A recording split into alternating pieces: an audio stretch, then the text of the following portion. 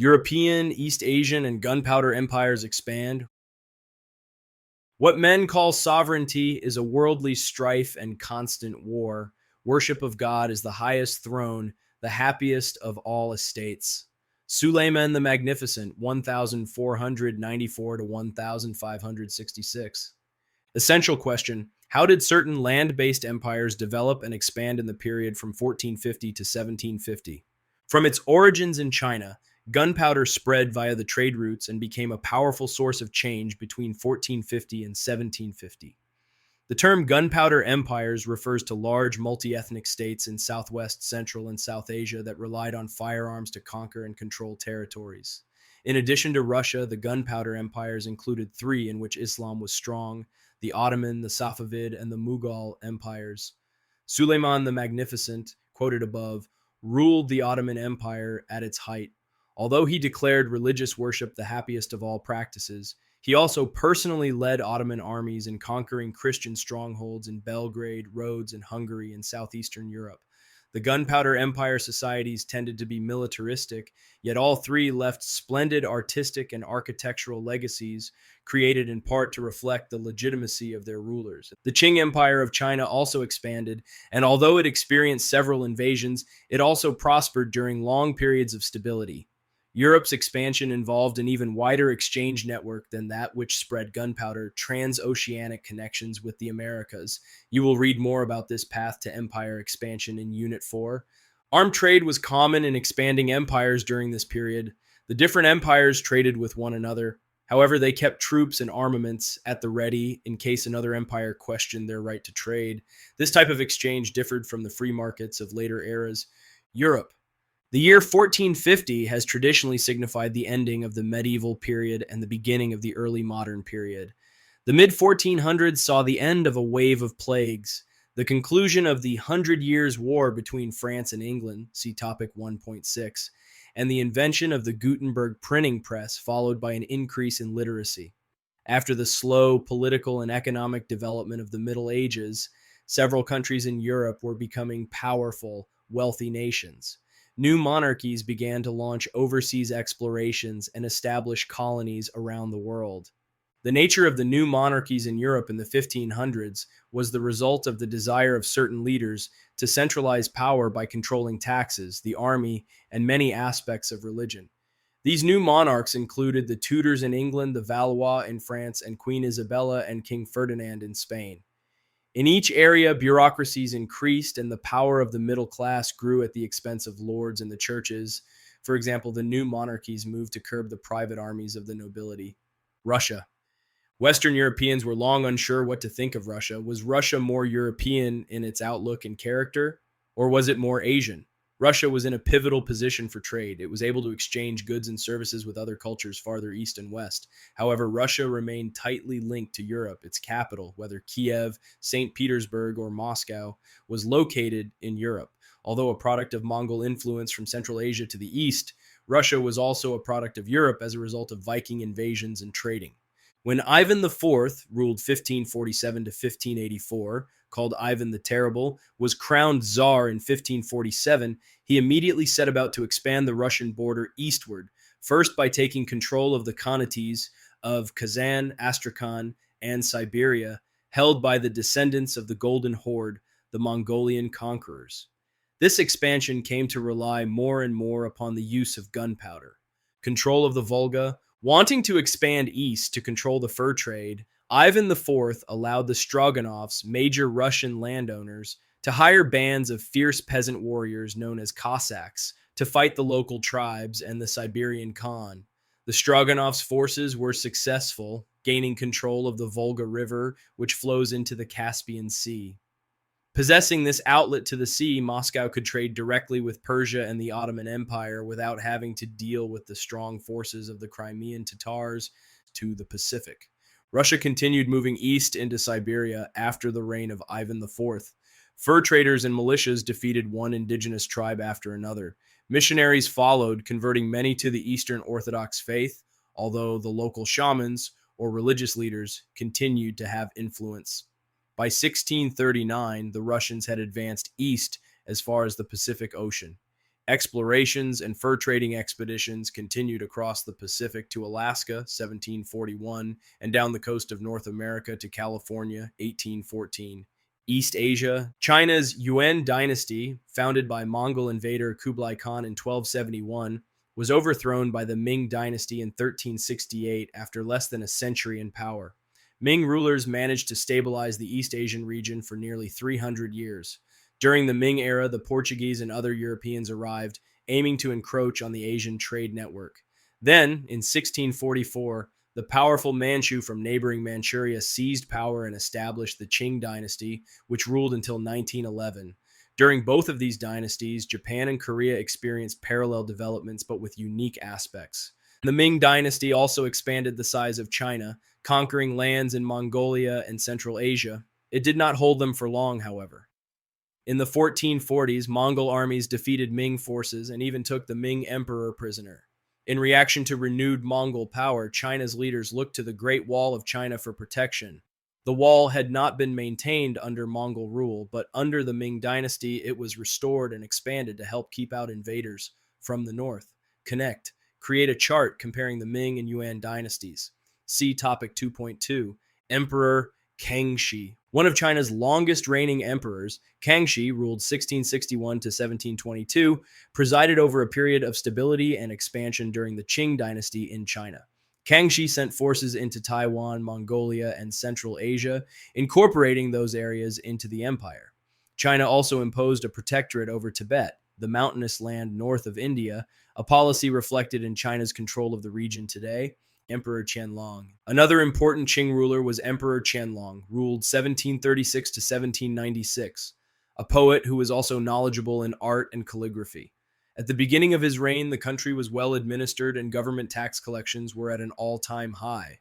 Qianlong initiated military campaigns in lands west of China, which led to the annexation of Xinjiang, accompanied by the mass killings of the local population. Even today, parts of Xinjiang remain troubled.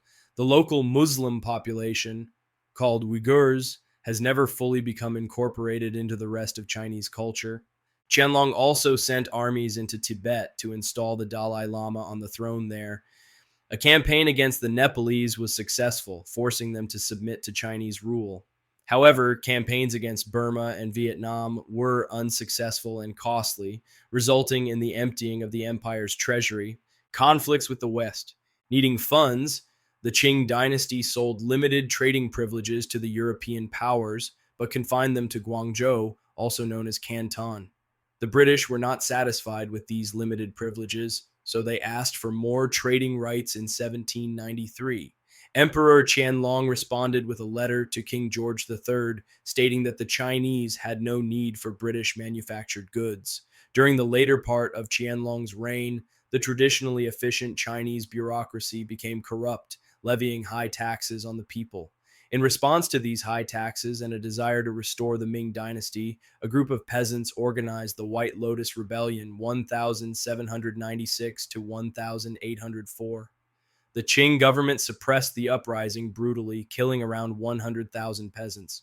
Rise of the Islamic gunpowder empires. The warrior leaders of the Ottoman, Safavid, and Mughal empires shared many traits besides being Muslims. They descended from Turkic nomads who once lived in Central Asia. They spoke a Turkic language and they took advantage of power vacuums left by the breakup of Mongol Khanate. They relied on gunpowder weapons such as artillery and cannons.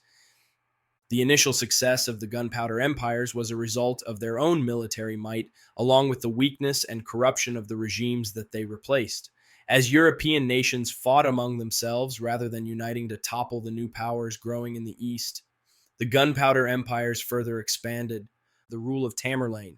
The invasion of Central Asia and the Middle East by Tamerlane, Timur the Lame, a Mongol Turkic ruler of the late 14th century, set the stage for the rise of the Turkic empires. Leading an army partly composed of nomadic invaders from the broad steppes of Eurasia, Tamerlane moved out from the trading city of Samarkand in modern-day Uzbekistan to make ruthless conquests in Persia, modern-day Iran, and India.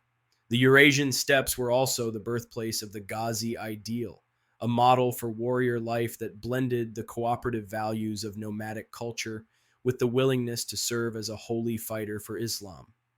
According to some historians, the Ghazi ideal served as the model for warriors who participated in the rise of the gunpowder empires, and it was a model that fit Tamerlane well.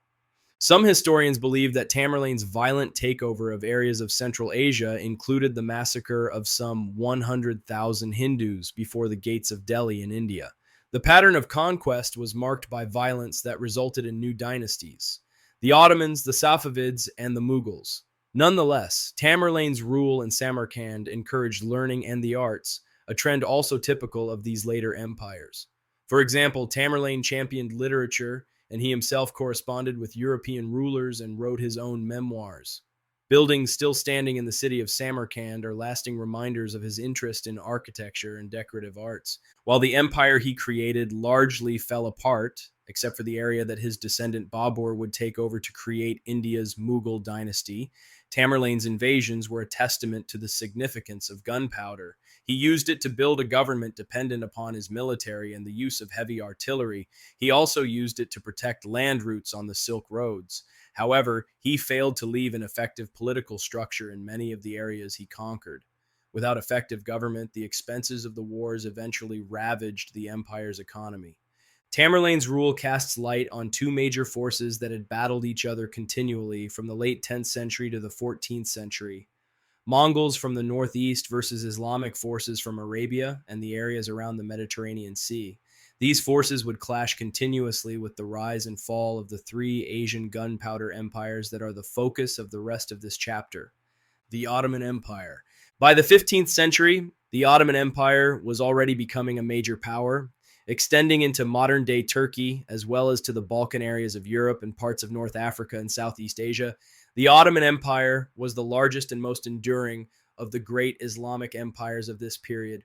Founded by the Osman dynasty in the 1300s, the empire lasted until its defeat in 1918 by the Allies in World War I. Thus, a single dynasty controlled the empire for more than 600 years.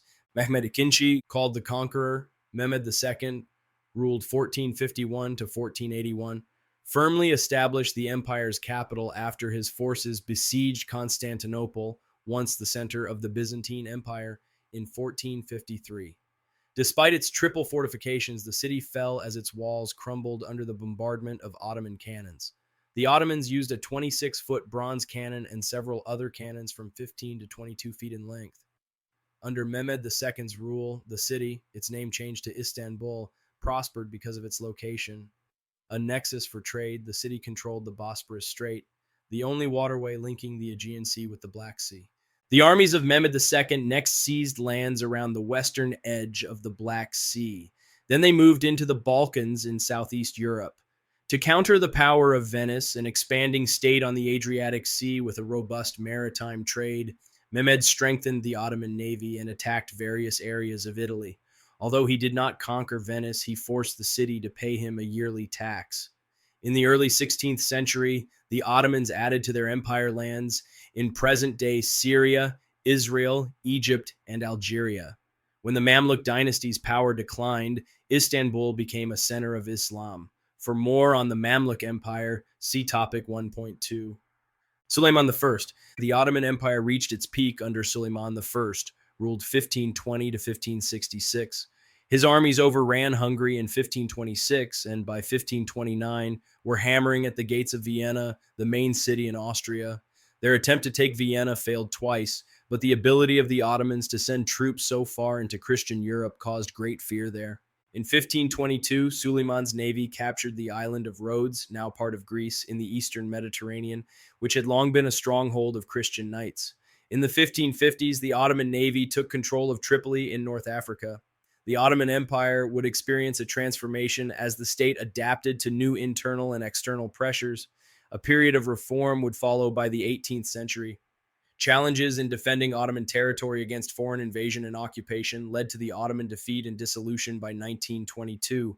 The Safavids. The Safavid dynasty had its origin in the Safavid order of Sufism, established in the northern Azerbaijan region, Iran. An early Safavid military hero named Ismail conquered most of Persia and pushed into Iraq. Although only 14 or 15 years old, he soon conquered all of Iran and was proclaimed Shah, equivalent to king or emperor, in 1501. The Safavid Empire had two problems. First, despite being on the Arabian Sea, part of the Indian Ocean, the empire did not have a real navy. Second, the Safavids lacked natural defenses. Nevertheless, the Safavids rose to power in the 1500s due to their land-based military might and strong leadership. Called Abbas the Great, Shah Abbas I ruled 1588 to 1629, presided over the Safavid Empire at its height. His troops included soldiers, often Christian boys pressed into service, from as far northwest as Georgia and Russia. Abbas imported weaponry from Europe and also relied on Europeans to advise his troops about this newly acquired military technology. Slowly, the Shahs came to control religion as well as politics. Using Shia Islam as a unifying force, Shah Ismail built a power base that supported his rule and denied legitimacy to any Sunni. This strict adherence to Shia Islam caused frequent hostilities with the Ottoman Empire, a stronghold of Sunni Islam. In 1541, Safavid forces were stopped by the Ottomans at Tabriz, a city in Persia that became part of the border between Sunni and Shia societies. The hostility between the two groups lives on in present-day Iraq and Iran. Conflicts between Ottomans and Safavids were not entirely religious, however. Another conflict arose over control of overland trade routes. The Ottomans used trade embargoes, official bans on trade, consistently against the Safavid silk traders as a way to assert dominance over their eastern rival. Women in the Safavid Empire and women are rarely mentioned in local Safavid histories. However, Safavid women were permitted to participate in their societies. While Safavid women were still veiled and restricted in their movements, as was traditional in the region, they had access to rights provided by Islamic law for inheritance and, in extreme cases, divorce. Mughal India. In the 1520s, Babur, a descendant of Tamerlane, see topic 2.2, founded a 300-year dynasty during a time when India was in disarray. He completed conquests in northern India and, under the new Mughal name, formed a central government similar to that of Suleiman in Turkey. Akbar, Babur's grandson, achieved grand religious and political goals.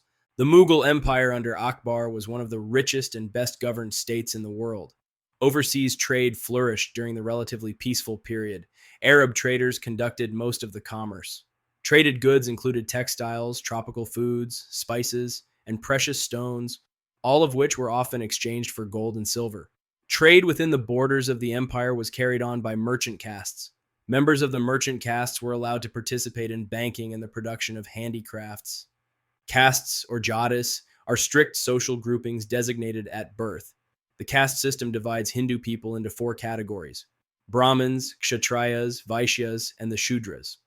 Outside of the system are the Achhuts, or the Dalits, the untouchables, and the Indian caste system is the basis of educational and vocational opportunities for Indian society. Mughal India flourished from Babur's time through the early 18th century. Magnificent architectural accomplishments are remaining testaments to the wealth and sophistication of the Mughal Empire. Decline of the gunpowder empires, and the Ottoman, Safavid, and Mughal empires declined as Western Europe grew in strength economically and militarily, particularly in terms of sea power. Unlike these 3 Islamic empires, Russia modernized and reorganized its army, modeling it after the armies of England, France, and the Netherlands. The Islamic empires did not modernize, and as a result, Russia remained powerful enough to survive as an independent nation-state while the other gunpowder empires fell. Decline of the Ottoman Empire. In 1571, after Suleiman's death, a European force made up mostly of Spaniards and Venetians defeated the Ottomans in a great naval conflict known as the Battle of Lepanto. After the reign of Suleiman, the Ottomans fell victim to weak sultans and strong European neighbors. In time, the empire became known as the sick man of Europe. Successors to Suleiman were often held hostage to harem politics, the efforts of wives and concubines of the Sultan to promote their own children as likely heirs to the throne. In this way, some women became powerful behind the scenes. The failed siege of Vienna in 1683 marked a turning point in Ottoman domination in Eastern Europe. British and French involvement in the Ottoman territories, Greece's independence in 1821, and the Russian expansion in the 19th century further weakened the Ottoman Empire. Safavid decline. The ineffectual leaders who followed Shah Abbas combined lavish lifestyles and military spending with falling revenues, resulting in a weakened economy. In 1722, Safavid forces were not able to quell a rebellion by the heavily oppressed Sunni Pashtuns in present-day Afghanistan. The Afghan forces went on to sack Isfahan, and their leader, Mahmud, declared himself Shah of Persia. While the Safavid dynasty remained nominally in control, the resulting chaos was an impediment to centralization and tax collection. Taking advantage of the weakened Safavids, the Ottomans and the Russians were able to seize territories. The Safavid dynasty declined rapidly until it was replaced by the Zand dynasty in 1760. Mughal decline. Shah Jahan's son and successor Aurangzeb ruled 1658 to 1707, inherited an empire weakened by corruption and the failure to keep up with the military innovations of external enemies. Nevertheless, Aurangzeb hoped to increase the size of the empire and bring all of India under Muslim rule. Additionally, he wanted to rid the empire of its Hindu influences. In expanding the empire to the south, he drained the empire's treasury and was unable to put down peasant uprisings. Some of these uprisings were sparked by Aurangzeb's insistence on an austere and pious Islamic lifestyle and an intolerance of minority religions, Sikhs, Hindus, and others. His policies led to frequent conflicts and rebellions. There were revolts as well among the Hindu and Islamic princes. The empire grew increasingly unstable after his death, which allowed the British and French to gain more and more economic power in India. The British would take political power away from the Mughals in the 19th century.